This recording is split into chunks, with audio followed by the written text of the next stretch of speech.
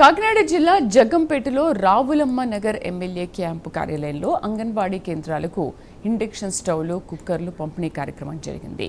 ICDS CDPO పూర్ణిమ అధ్యక్షతన జరిగిన ఈ కార్యక్రమానికి ఎమ్మెల్యే జ్యోతుల నెహ్రూ ముఖ్య అతిథిగా హాజరయ్యారు.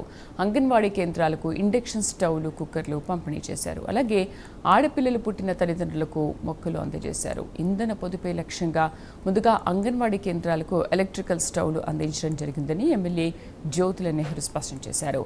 ప్రభుత్వం అంగన్వాడీ వ్యవస్థను మరింత బలోపేతం చేస్తుందన్నారు.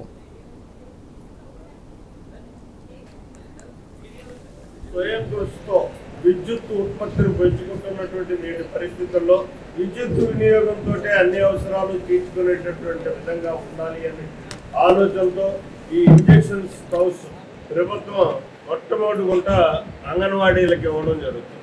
ఎందుకంటే ఈ దేశంలో బలవర్తకమైనటువంటి విధానంలో బాలుర్లు కానీ బాలికలను కానీ తయారు చేసేటటువంటి ప్రధాన బాధ్యత, పౌష్టికాహారాన్ని ఇచ్చేటటువంటి బాధ్యత, శక్తివంతమైనటువంటి యువతని ఈ దేశానికి ఇచ్చేటటువంటి బాధ్యత మీ మీద ఉంది.